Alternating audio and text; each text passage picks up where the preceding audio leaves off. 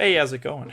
Welcome back. This is a proper video this time. It's 11:21 with a 16-minute recording and then an upload. It probably won't get out till after midnight. But the very optimistic me from about 30 weeks ago who wanted to get one of these out on Sunday officially every single week, maybe missing one or two here, would be a bit saddened to know that that hasn't happened. And so I'm okay with it going out, essentially early Monday morning when it's, past midnight. Because at the end of the day, it's about the consistency. It's about the fact that we're over halfway there.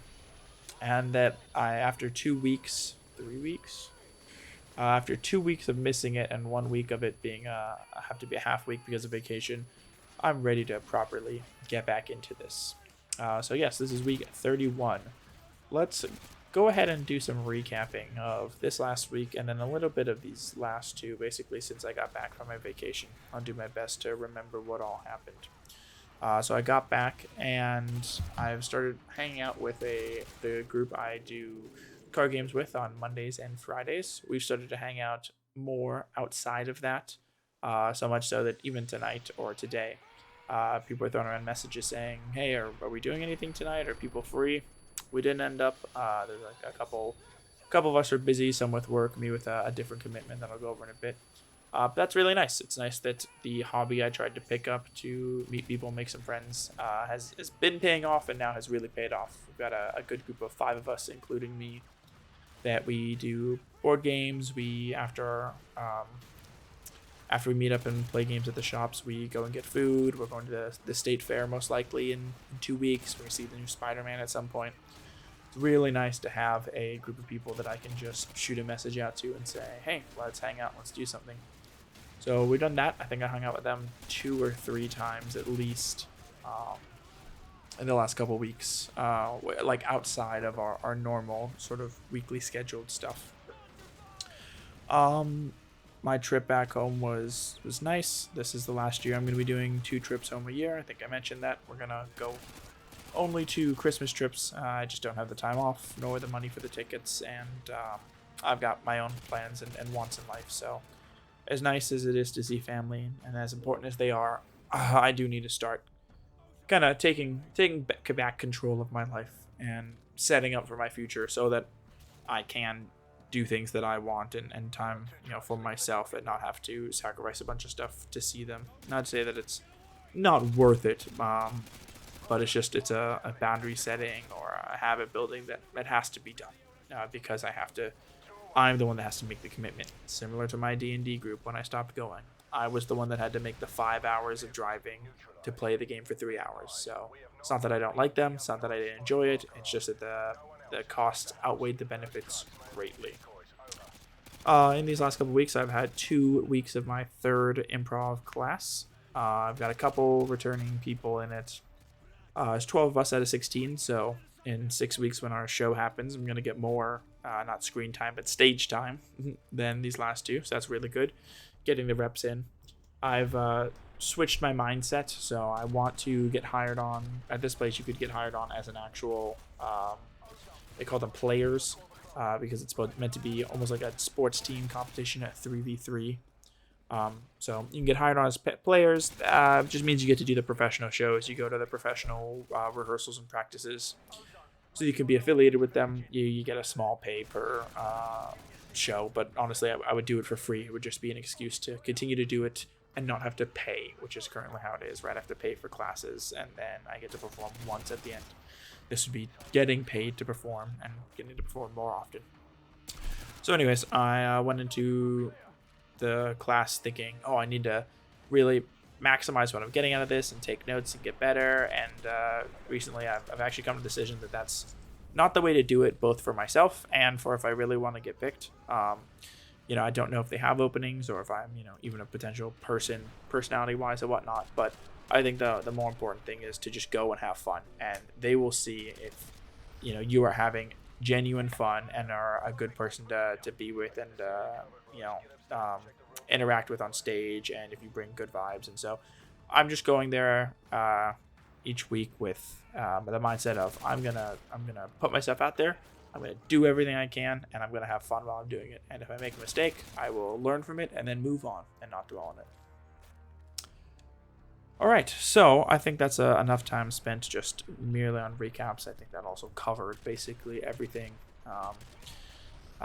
officially recap wise. So let's. Well, I guess there's one more. I'm doing a separate, because this isn't part of what this week is going to be. I'm doing a separate improv show in 2 weeks on the 14th, Friday night. One of the people from my second class, two of them actually, are part of a sketch comedy group and a just like a comedy theater production company in general.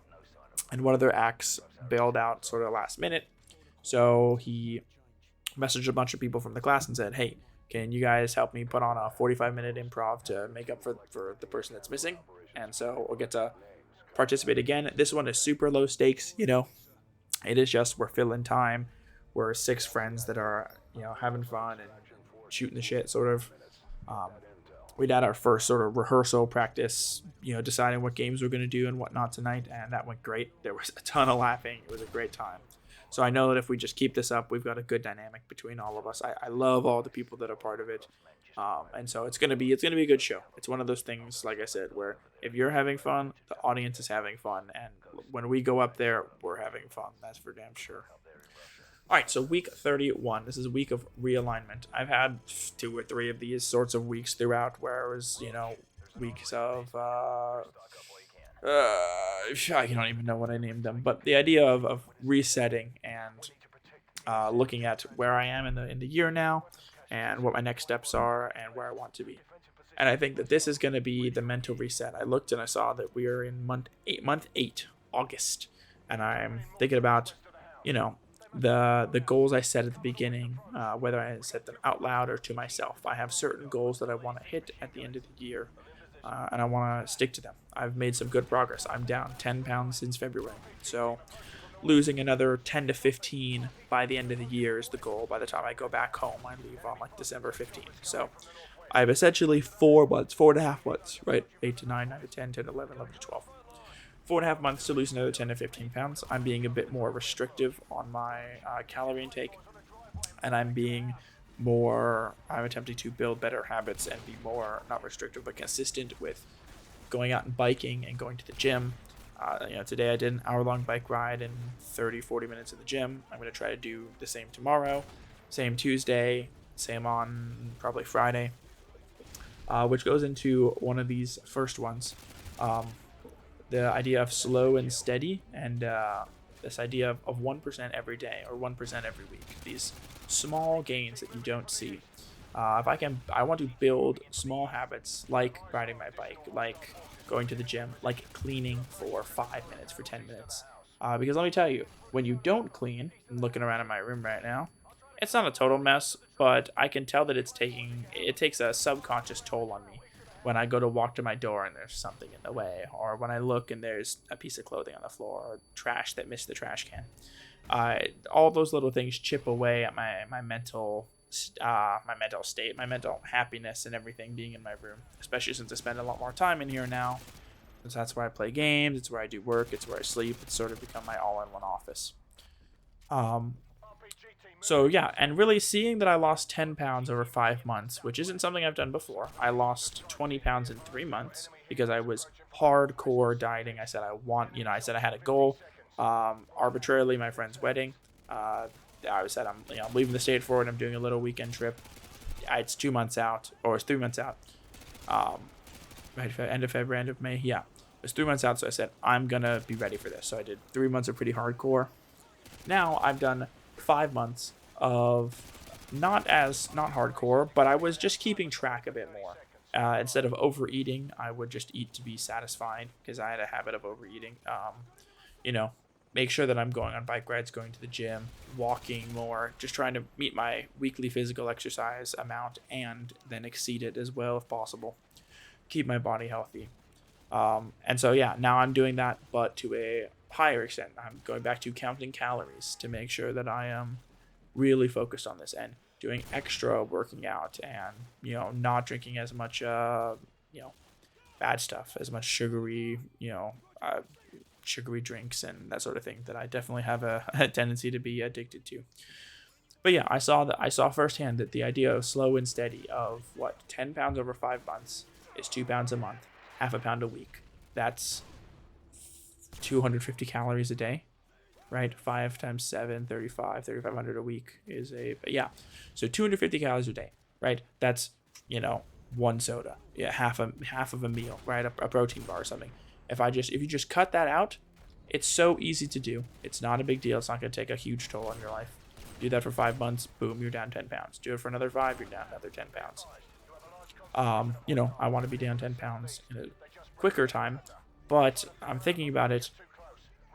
This also makes me think of when I learned to shuffle cards. I could not shuffle cards, couldn't do the normal shuffle, and then you go into the bridge, where you mix the 2 stacks.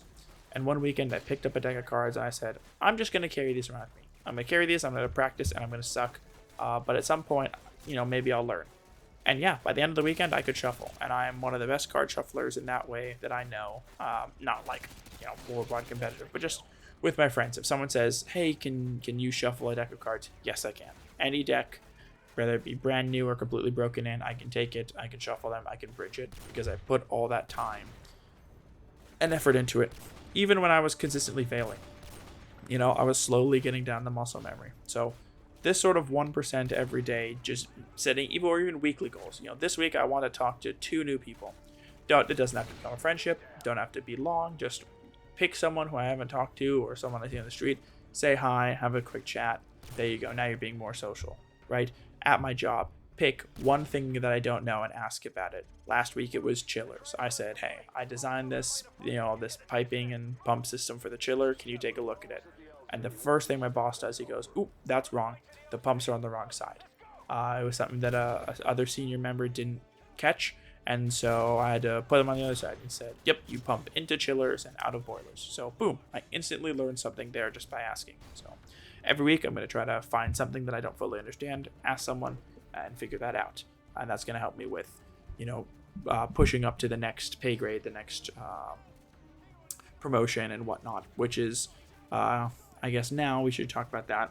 Goals for the end of the year. My friend goal, I don't really know what that's going to be, or my social goal, because I have sort of gotten 2 new or expanded friend groups in the last, month and a half. So I'm doing pretty good in that respect. I think the idea of just not really tracking this one anymore officially, don't have an official goal, but talk to people, meet new people, put myself out there. Even if nothing comes of it, hey, I'm being more social and I've got that ability to interact. When it comes with jobs, I'm not ending the year without a pay raise and a promotion. It's been almost a year since my boss said that I was at the top end of where I was, and nothing has came from that. And that is partially on me. I haven't been pushing for it as much as I should be. But I'm going to be pushing for it knowledge-wise, the work I'm doing, and filling those gaps so that pretty soon, in maybe a month or 2 time, I can say, hey, here's everything I've done. Here's my progress. We talked about this a year ago. We talked about this again. What's going on? Let's lock this in. Because I've made, a lot of progress since then. I think I deserve this. Yeah, I'm also trying to live more minimally. So I have a friend who is real big on buying games. He sees a new game and he says, ooh, I want to play this, and buys it, and then plays it 3 times and stops. I don't really have that sort of money. Same thing with my card games. We would go to a specific store on Fridays where to play costs $10, or if you buy $10 or more worth of stuff, it's free, right? So it's sort of like you pay $10 for your ticket, and then if you go to buy something, they knock up to $10 off of what you buy. So every week I was spending about $15. Well, there's another store that we can go to that there's no fee like that. They just let us use their tables. So we've been talking about going to that store instead. And that means I'll be saving $15 a week, $60 a month. Hey, that's my electricity bill, or that's my, part of my car insurance or something. Same thing with books. I've decided, aside from 1 or 2 books that are coming out that I'd already pre-planned to purchase because it's part of a series I'm reading, I am not going to buy any new books until I finish every book in this apartment. Every single book that I've spent money on and bought, I've at one point said I'm going to read it. So I'm going to read them all. The Iliad, the Odyssey, Richest Man in Babylon, the Real History of Red Dead Redemption. Bunch of different, Lords of Easy Money. Bunch of different genres, bunch of different, whether they're page turners or not. but I'm just going to sit down and one at a time crack through them. It's probably going to be longer than the end of the year, but that's what I want to do. Similarly with games, I'm going to refrain from buying many new games and try to play old ones. I beat Hades 2 as far as I wanted to. I'm playing Pal World because that was fully released. I own Left 4 Dead and Doom and Dark Souls, a bunch of games that from now on, when I get bored, I'm going to try to load one of those up and get a little bit of time in that and push forward on those. Finally, I'm going to try to just enjoy life with what I have and not with what I want. There are a few things, maybe some posters here or there, or when I lose weight, I want to do a little bit of a wardrobe update. But other than that, I have food at the house. I don't need to eat out. I have working computer and phone, and I don't need more accessories. I've got a water bottle. Like, I refuse to give in to this consumerism. I want to own less things. I want to get rid of things right now that I don't use, and I want to not purchase more things that I'm not going to use. So I'm going to try to not live in a truly minimalist way, but just try to be more mindful of what I'm doing. And so those are my goals. That's what I'm trying to hit by the end of the year. We'll see how that goes in 4 months, but I think this was a great start, making sure that I get out a full or proper video. And this will hopefully be a start to a continued trend for the rest of the year. So thanks for listening, and as always, I hope you have a wonderful week.